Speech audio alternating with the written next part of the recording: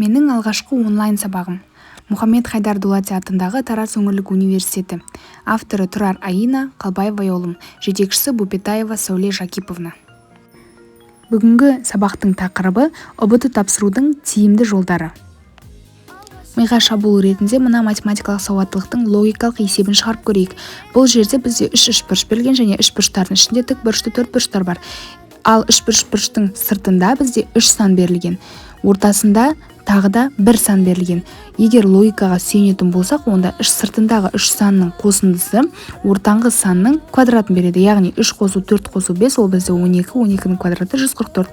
Екіншісінде дәл солай 9 шығады және 9-ның квадраты 81. Үшіншісінде бізде 1 қосу 3 қосу 2, яғни 6, 6-ның квадраты 36.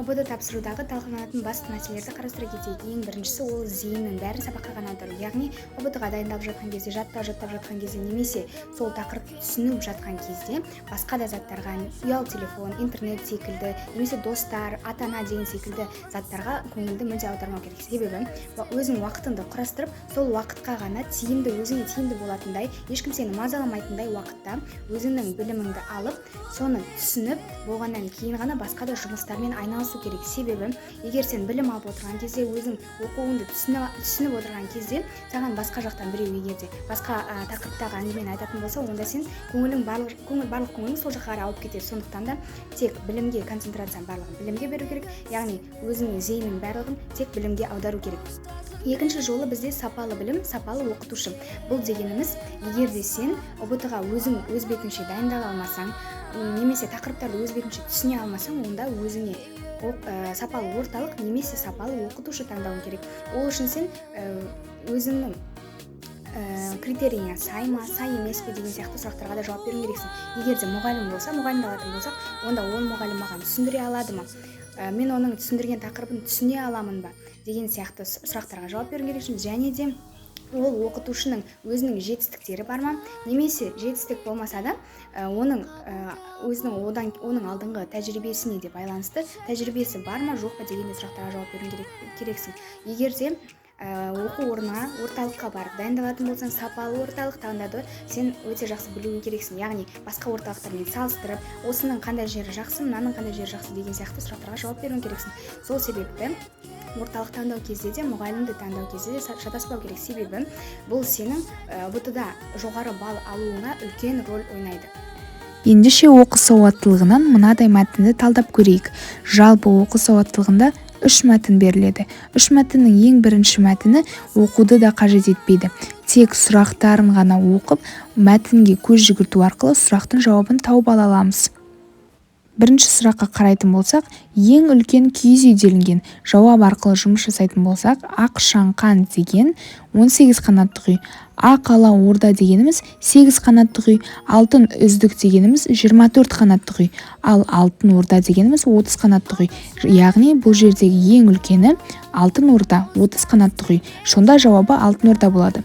Екінші сұрақты қарастыратын болсақ, киіз үйдегі келі орын делінген. Дәл солай жауап арқылы жұмыс жасаймыз. Ең бірінші жауабында ер-тұрман киім ілінетін орын делінген. Мәтінде бұл туралы бір-ақ сөйлем берілген. Яғни ол босаға жаққа қарай ер-тұрман киім ілінеді делінген. Бұның киіз үйдегі келі орынға ешқандай да қатысы жоқ, сондықтан жауаптан алып тастаймыз. Екінші жауабында от жағылып қазан асылатын орын делінген. Яғни бұл от орны қасиетті орын саналады. Мұнда от жағылады, қазан асылады делінген. Бұл да жауапқа келеді. Сондықтан бұны алып қоямыз. Үшіншісі бізде үй иесінің жататын орны.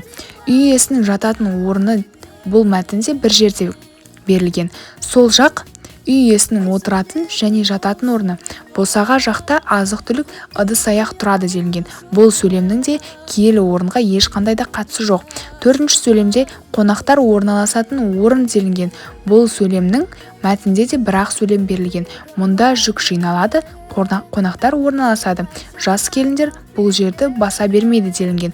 Бұлында киелі орынға ешқандай да қатысы жоқ. Демек, жауабы бізде от жағылып қазан асылатын орын болады.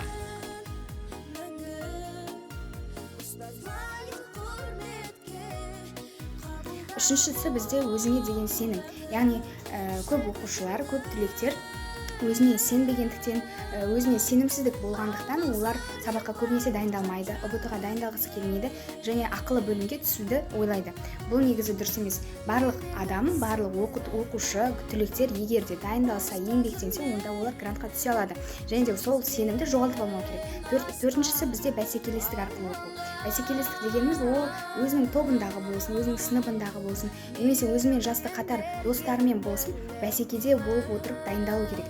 Яғни ол дегеніміз бірге екеуі жарысып, бірге сабақтарды таңдап, екеуі бір-бірімен бәсеке болса, онда осы кезде ғана олардың бір-біріне деген бәсекелестігі артып, өзінің білімін жоғарылатуға мүмкіндік өте жоғары. Хасан Тарифаның ұбт-да жасалудың лайфхактары. Хасан Тарифаның өте көптеген тараулардан және жылдардан тұрғаннан кейін, оны көбісіне жаттау қиынға соғады.